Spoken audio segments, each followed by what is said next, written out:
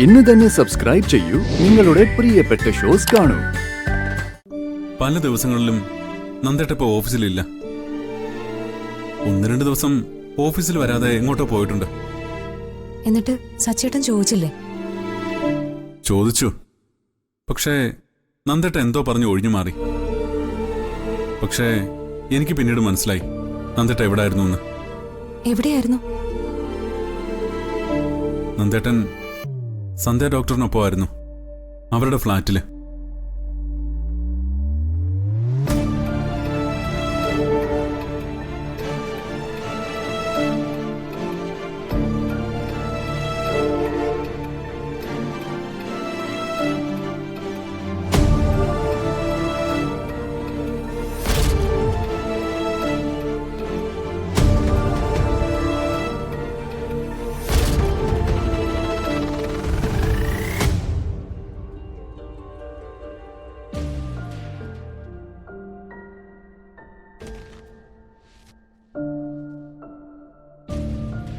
എന്റെ ചോദ്യത്തിന് നീ മറുപടിയൊന്നും പറഞ്ഞില്ല. എന്താ നിന്റെ തീരുമാനം? എന്റെ തീരുമാനം ഞാൻ പറഞ്ഞു കഴിഞ്ഞതാ. ഡിവോഴ്സ് പെറ്റീഷനിൽ ഞാൻ ഒപ്പിടില്ല. ആ തീരുമാനത്തിന് ഒരു മാറ്റവും ഇല്ല. അതെന്താ? ഈ വീട് വിട്ടു പോകേണ്ടി വരും എന്നുള്ളത് കൊണ്ടാണോ? അതോ ഇന്ന് അനുഭവിക്കുന്ന ഈ സൗഭാഗ്യങ്ങളൊക്കെ നഷ്ടപ്പെടും എന്നുള്ളത് കൊണ്ടാണോ?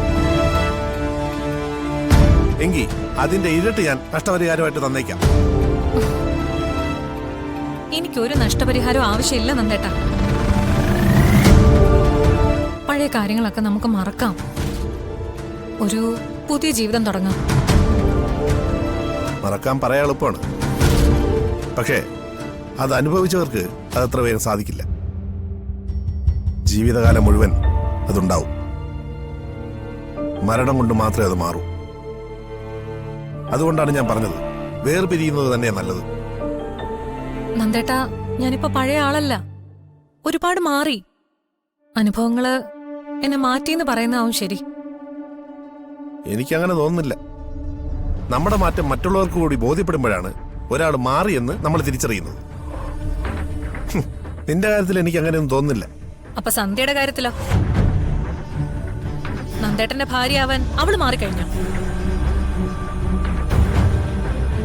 എന്താ മറുപടി പറയാത്തത്? സന്ധ്യയുടെ ഭർത്താവാൻ നന്ദേട്ടൻ മനസ്സുകൊണ്ട് തയ്യാറായി കഴിഞ്ഞോ? തൽക്കാലം ഞാനതിന് മറുപടി പറയുന്നില്ല. മറുപടി പറയാത്തത് എന്തുകൊണ്ടാണെന്ന് എനിക്കറിയാം. അർച്ചനയോട് നന്ദേട്ടൻ പറഞ്ഞതെല്ലാം ഞാൻ കേട്ടു. അതും ഞാൻ മറക്കാം. നന്ദേട്ടന്റെ മനസ്സ് മാറ്റാൻ തയ്യാറാണെങ്കിൽ. അതങ്ങനെ പെട്ടെന്ന് മാറ്റാൻ പറ്റുന്നതല്ലല്ലോ. ഉറപ്പിച്ചെടുത്തൊരു തീരുമാനമല്ലേ.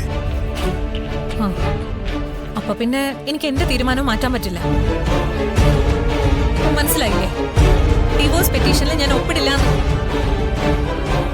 ഇനിയിപ്പോ നിങ്ങൾക്ക് നിർബന്ധമാണെങ്കിൽ ഞാൻ അതിൽ ഒപ്പിടാം.